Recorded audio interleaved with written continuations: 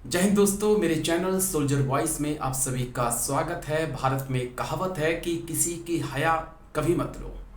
कई बार किसी दुखी की हया जो है वो लग जाती है और ऐसी लगती है कि आपका बचना मुश्किल हो जाता है। कुछ ऐसा ही अडानी के साथ हो रहा है। दौलत के मद में चूर अडानी ने एनडीटीवी तो खरीद लिया, कई लोगों को बेरोजगार भी कर दिया, लेकिन उन कई लोगों में से ज्यादातर लोगों ने अडानी को बद्दुआएं दी हैं और आज माना जाए तो वो बद्दुआएं कहीं ना कहीं लग चुकी हैं और उनका असर भी दिखाई पड़ रहा है। जिस प्रकार रवीश कुमार ने एनडीटीवी छोड़ा और जिस प्रकार से एनडीटीवी छोड़ने के बाद उनके चेहरे पर, उनके दिल में दुख था और दुख का सबसे बड़ा कारण कहीं ना कहीं धन्ना सेठ था। धन्ना सेठ यानी कि अडानी था। तो अकेले रवीश कुमार नहीं थे दोस्तों, उसके साथ कई लोगों ने एनडीटीवी इंडिया को छोड़ा है। और तो क्या ये मानकर चला जाए कि उस वक्त जो बद्दुआएं निकली हैं, क्योंकि उसी वक्त से जब से एनडीटीवी इंडिया या एनडीटीवी के समूह को अडानी ने खरीदा है, तभी से डाउनफॉल जो है वो अडानी साम्राज्य का शुरू हो चुका है। तो जब रवीश कुमार ने एनडीटीवी को छोड़ा था तो उन्होंने एक बात बहुत अच्छी कही थी कि सेठ के पास पैसा है लेकिन सेठ के पास रवीश नहीं है। जहां रवीश कुमार धन्ना सेठ को निशाने पे ले रहे थे, अडानी को निशाने पर ले रहे थे, वहीं राहुल गांधी हम दो हमारे दो को निशाने पर ले रहे थे। यही कारण है कि अब दोनों का साम्राज्य डगमगा चुका है और जब अंबानी अडानी का साम्राज्य डगमगा रहा है तो हम दो भी थोड़े से परेशान नजर आ रहे हैं। बजट के दौरान उनके चेहरे जो चमक थी, जो तेज था, वो गायब दिखाई पड़ा है। तो पहले सुनिए आपको रवीश कुमार और राहुल गांधी ने किस प्रकार से हम दो हमारे दो और गोदी सेठ के पास पैसा नहीं है, किस प्रकार से दिल से हया निकाली थी जो लगती हुई नजर आ रही है, वो सुनिए। उसके बाद बात एनडीटीवी की और फिर बात एफपीओ की। पूरा हिंदुस्तान जानता है भाई और बहनों, ये नरेंद्र मोदी जी की सरकार नहीं है, ये अंबानी अडानी की सरकार है। सेठ के पास बहुत पैसा है। बस मैं नहीं हूं। तो यकीनन दोस्तों, आप माने ना माने, लेकिन जब से अडानी ने किसी के कहने पर किसी की जुबान को बंद करने के लिए एनडीटीवी को खरीदा, उसी दिन से अडानी के बुरे दिन शुरू हो गए। हिंडनबर्ग की रिपोर्ट सामने आती है, तमाम उनके शेयर गिर जाते हैं। वो अडानी जो एक वक्त दुनिया का नंबर 1 रईस इंसान था, नंबर 2 रहा, नंबर 3 रहा, वो अब 15वें नंबर पे पहुंच चुका है। इसलिए मैं कहता हूं कि किसी के सच्चे दिल से जब हया निकलती है ना तो वो लगती है। और साफ तौर पे आप देख सकते हैं कि अचूक दौलत का मालिक अडानी जो है आज 15वें नंबर पे पहुंच चुका है और खुद अब सामने आकर, चैनल्स के सामने आकर, मीडिया के सामने आकर अपनी सफाई दे रहा है।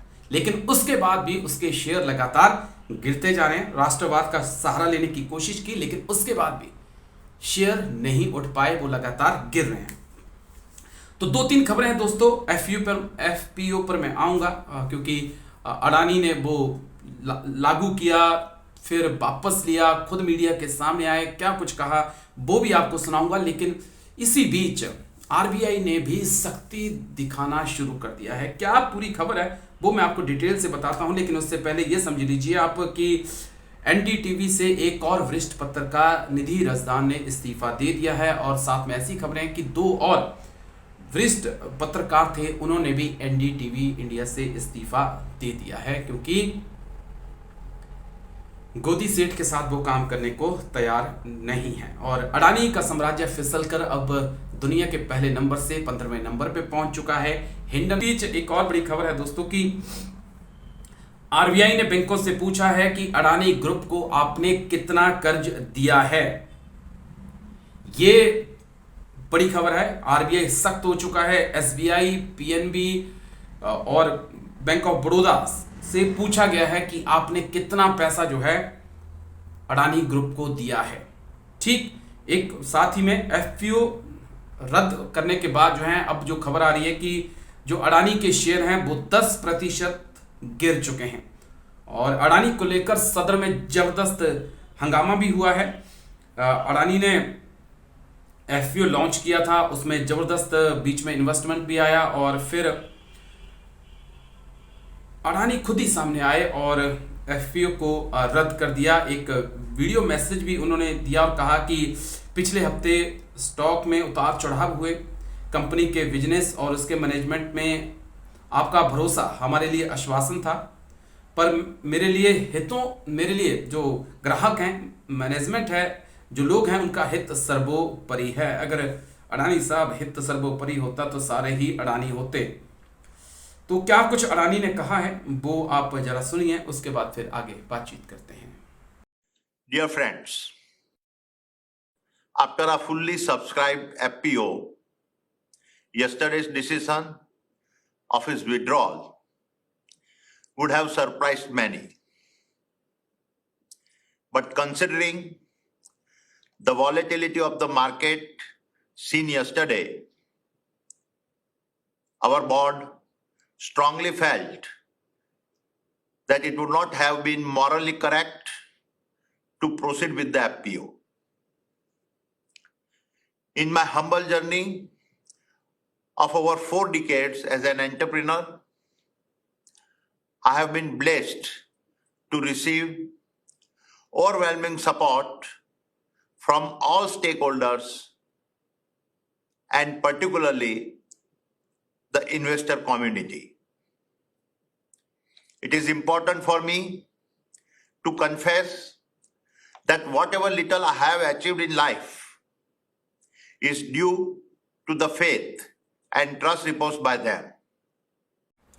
तो अडानी ने मैसेज देकर अपना एफपीओ वापस ले लिया है और साफ तौर पे कहा है कि बाजार में इस वक्त अस्थिरता है और मैं कोई जोखिम नहीं लेना चाहता। एक बार फिर से उन्होंने कह सकते हैं कि राष्ट्रवाद के तले या तिरंगा के तले अपने कुकर्मों को छुपाने की कोशिश की है। लेकिन इसी बीच हम दो तो घिर चुके हैं और उनको घेरने की भी तैयारी सदन में चल रही है। जबरदस्त हंगामा आज सदन में हुआ अंबानी अंडानी को लेकर, खासकर अडानी को लेकर, जिनको लेकर भ्रष्टाचार का एक बड़ा खुलासा हुआ है। और हिंडनबर्ग की रिपोर्ट ने कहा कि किस प्रकार से सत्ता से मदद लेने के बाद, बैंकों से लोन लेने के बाद अडानी इतना बड़ा साम्राज्य खड़ा कर पाए हैं, किस प्रकार से ब्लैक मनी का इस्तेमाल किया गया, किस प्रकार का फ्रॉड किया गया। लेकिन दोस्तों बस इतना मैं कहना चाहूंगा आपसे कि ज़्यादा जानकारी नहीं, 2.2 ट्रिलियन कर्ज अडानी के ऊपर है। मेरा बड़ा सवाल इसी बात को रहता है दोस्तों कि 2.2 ट्रिलियन कम नहीं होता। हम 5 ट्रिलियन इकोनॉमी का सपना देख रहे हैं, 2.2 ट्रिलियन का कर्ज हम अडानी के पास है और ये बैंकों का कर्ज है। किसके कहने पर ये कर्ज दिया गया, किसके निर्देश पर LIC ने अडानी के शेयर खरीदे, किसके कहने पर SBI, PNB, bank of Baroda ने अडानी के शेयर्स को खरीदा है, ये जानकर भी कि जो कर्जा अभी तक दिया है वो लौट नहीं रहा है। तो 2-3 चीजें बहुत साफ हैं दोस्तों कि मैंने ओपनिंग रिमार्क में ही कहा था कि अगर आप किसी के दिल को दुखाओगे तो उसके दिल से जो हया निकलेगी वो आपको खा जाएगी। और कहीं ना कहीं NDTV को खरीद के ये गलती अडानी साहब ने कर दी थी और आज हालत ये है कि जो अडानी का साम्राज्य दुनिया का सबसे मजबूत साम्राज्य, उठता हुआ साम्राज्य माना जा रहा था, वो अब डूबने की कगार पे है और लगातार आज वो 15वें नंबर पे हैं और आने वाले दिन में हो सकता है कि वो 50 से भी बाहर हो जाएं। तो चलिए, लेकिन इसी बीच एक खबर ये भी है कि NDTV से जिस प्रकार से पत्रकार जो हैं, अच्छे पत्रकार इस्तीफा दे रहे हैं रवीश कुमार के बाद, उसके बाद ऐसा ही लग रहा है कि शायद एक गलत जगह पैसा इन्वेस्ट अडानी ने यहाँ पे भी कर दिया और NDTV भी अब डूबती हुई नाव बन सकता है। उम्मीद है आपको वीडियो अच्छा लगा होगा तो लाइक शेयर सब्सक्राइब जरूर करिएगा। नमस्कार, जय हिंद, वंदे मातरम।